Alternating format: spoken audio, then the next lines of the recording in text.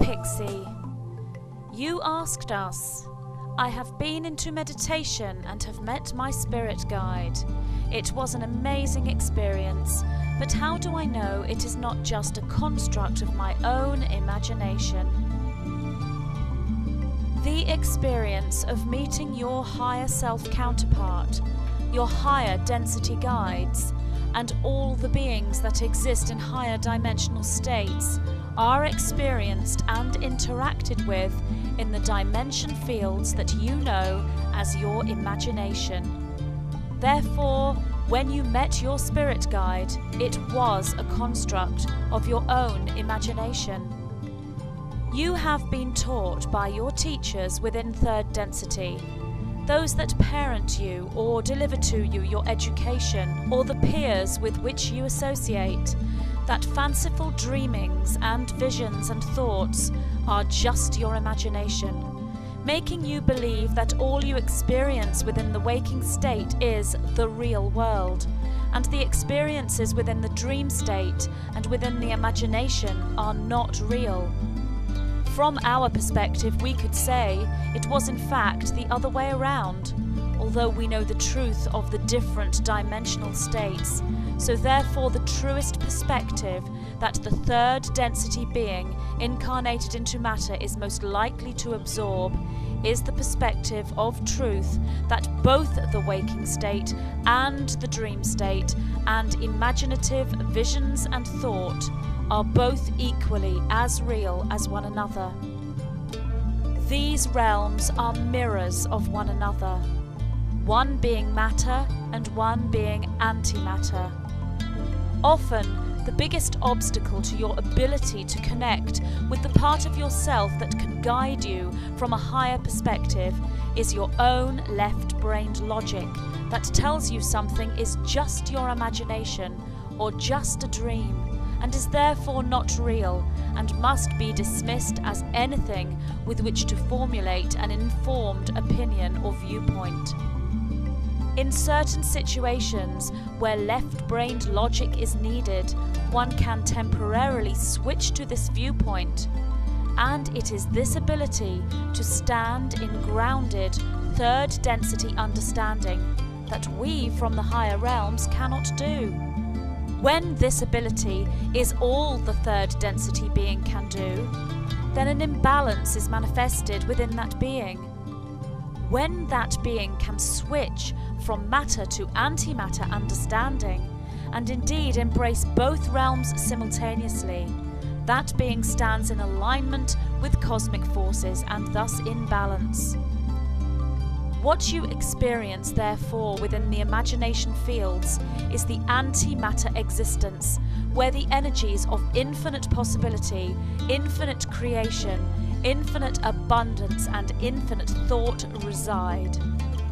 The infinite creation energies are controlled by your own consciousness as you manifest archetypes, characters, beings, scenarios, and so much more within the infinite streaming thought of the consciousness that knows no boundaries.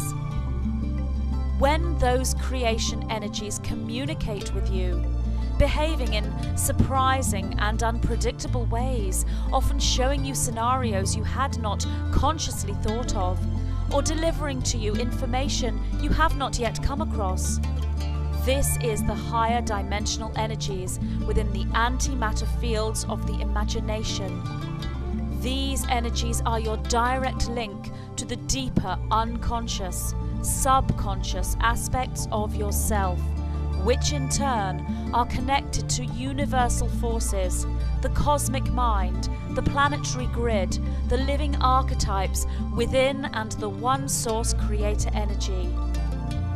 Each human being has the entire cosmos and the one true source within them.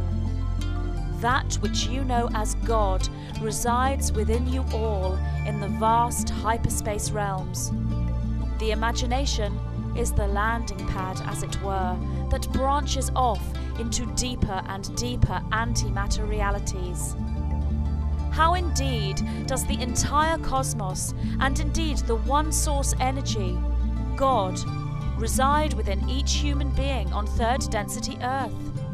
They reside within your DNA, for your DNA contains the hyperspace streams, the intelligence of the one creator and the everything and all. DNA exists within you and outside of you.